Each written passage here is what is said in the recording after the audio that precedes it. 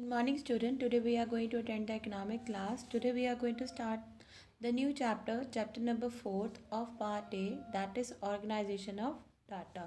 Topic covered in this video, that is define of organization of data, classification of data, basics of classification, concept of variable, and raw data and type of series.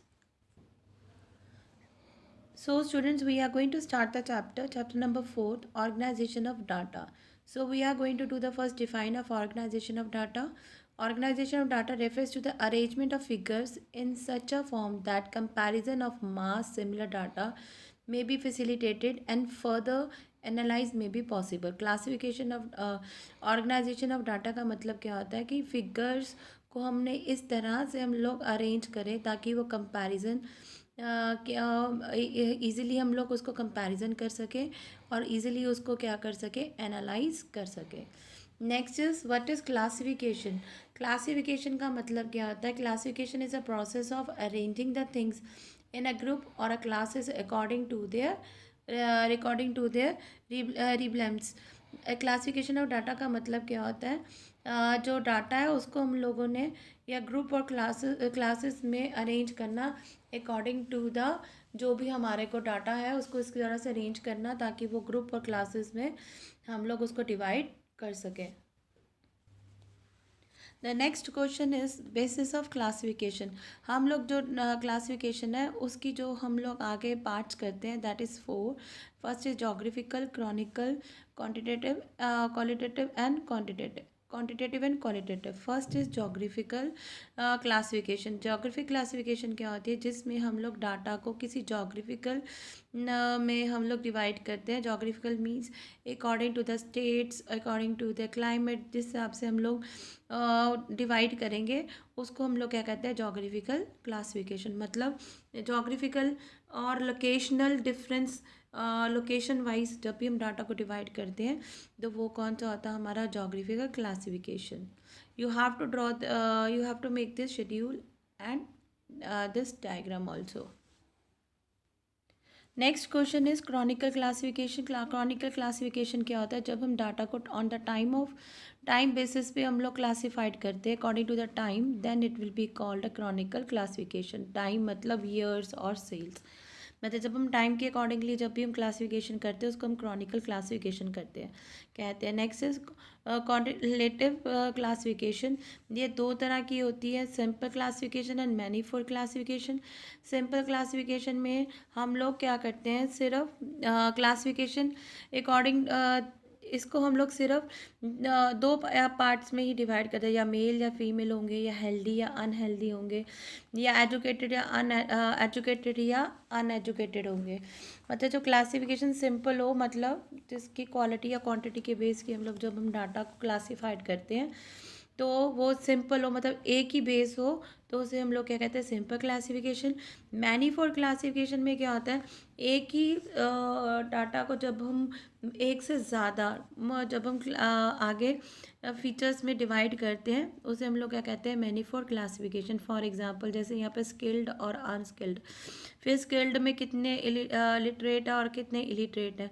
फिर कितने rural area में, कितने urban area में, ये भी कितने rural area है, कितने रूरल एरिया, कितने urban area.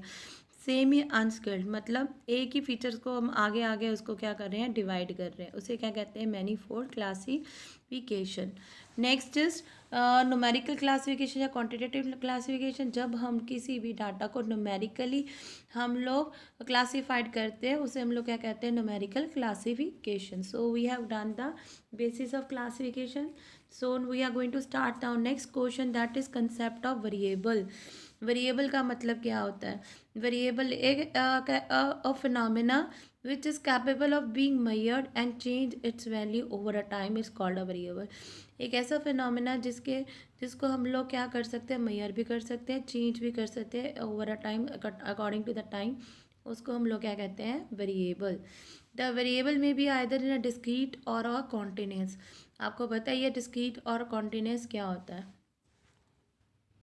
So next then we are going to do the discrete variable and continuous variable.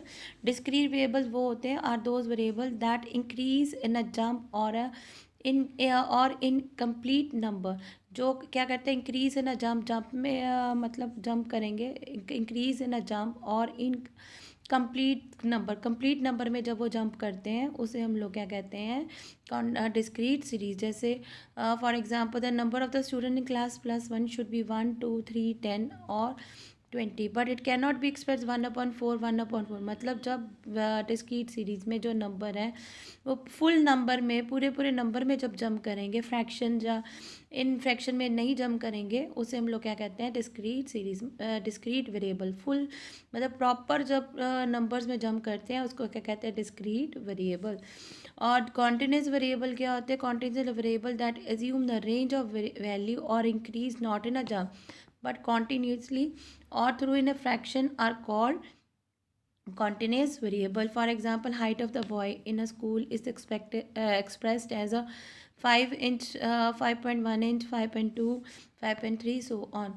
मतलब जिसमें जो नंबर है वो इंक्रीज करेंगे but not in a complete number, proper complete number में नहीं जंप करेंगे, वो फ्रैक्शन में इंक्रीज करेंगे, उसे हम लोग क्या कहते हैं कॉन्टिन्यूस वेरिएबल। उसे क्या कहते हैं continuous variable. So we have completed topic variable. Now we are going to start the new topic that is raw data. Raw data का मतलब कहते हैं mass of a data in a crude form is called raw data. Crude form मतलब जब रफली जो data हम लोग हमारे पास जो डाटा होता है उसे हम लोग क्या कहते हैं raw data. Next question of this is in the raw data we are going to start now series. Raw data के बाद हमारे पास क्या होती है series. Now we are going to do the series.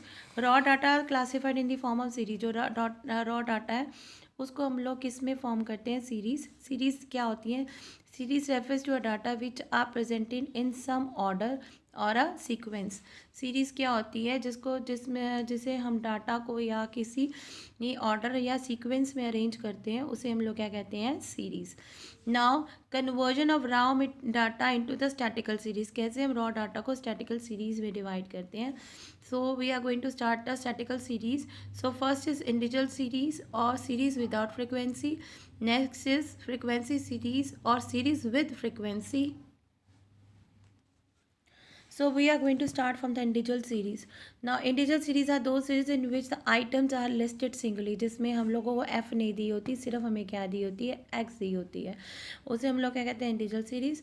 तो जो इंडिविजुअल सीरीज़ है वो हम लोग दो तरह से अरेंज कर सकते हैं according to the serial number, मतलब असेंडिंगली भी हम अरेंज कर सकते हैं, और दूसरा क्या है according to the serial number, मतलब series wise.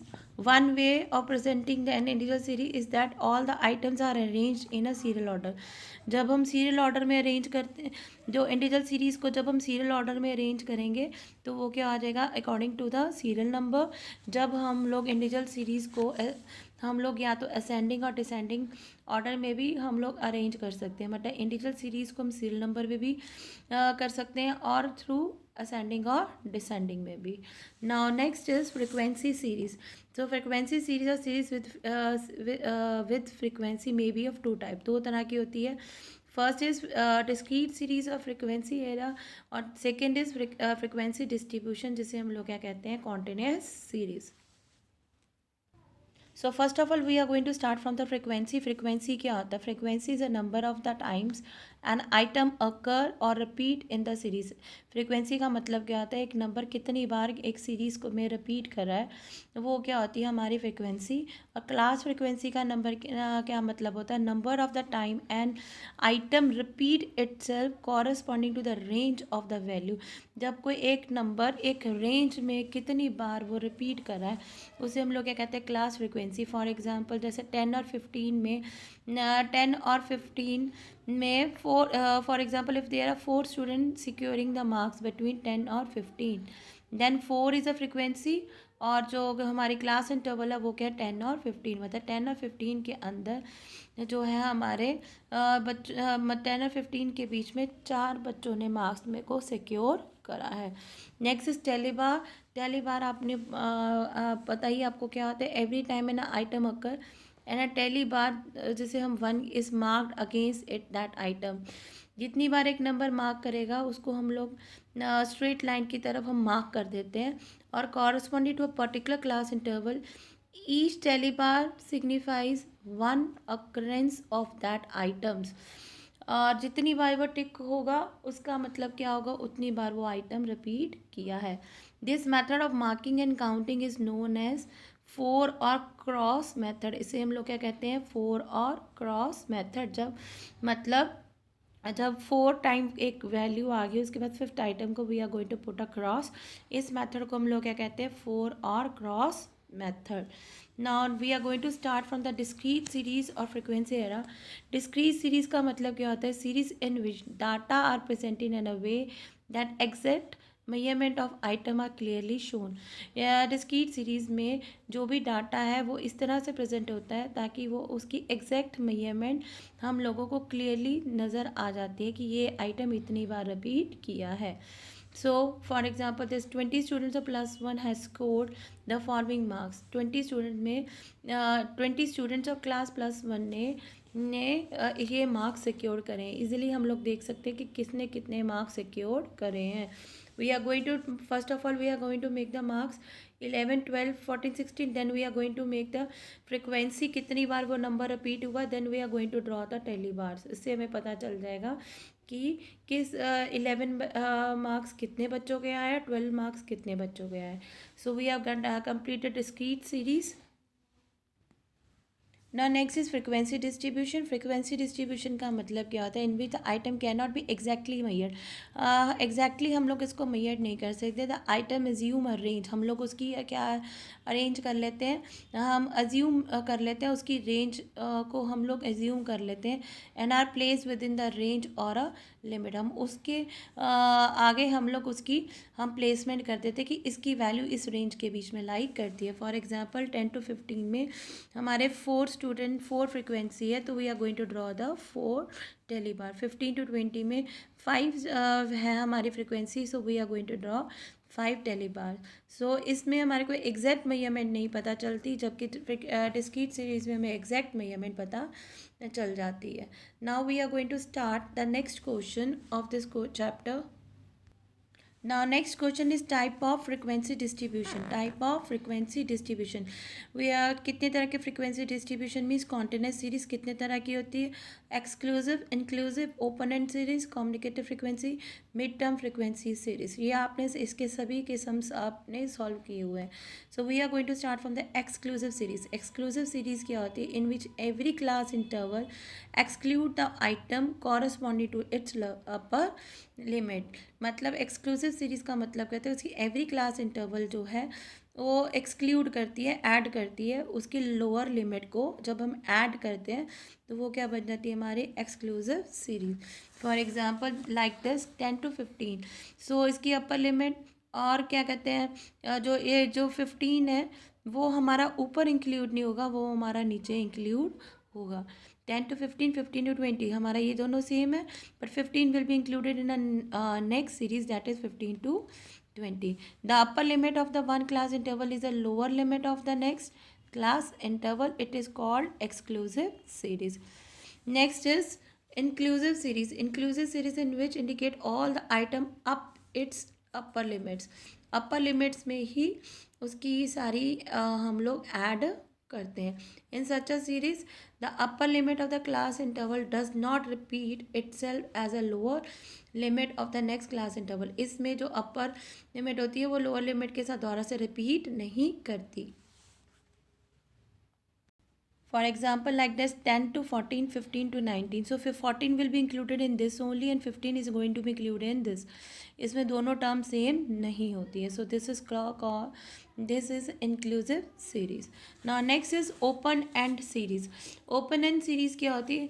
In some series the lower class interval of the first class interval and the upper limit of the last class interval are missing, और जैसे लेस देन और below specified in the place of the lower class interval of the first class interval and more than is above specified in the class of upper class limit of the last class interval.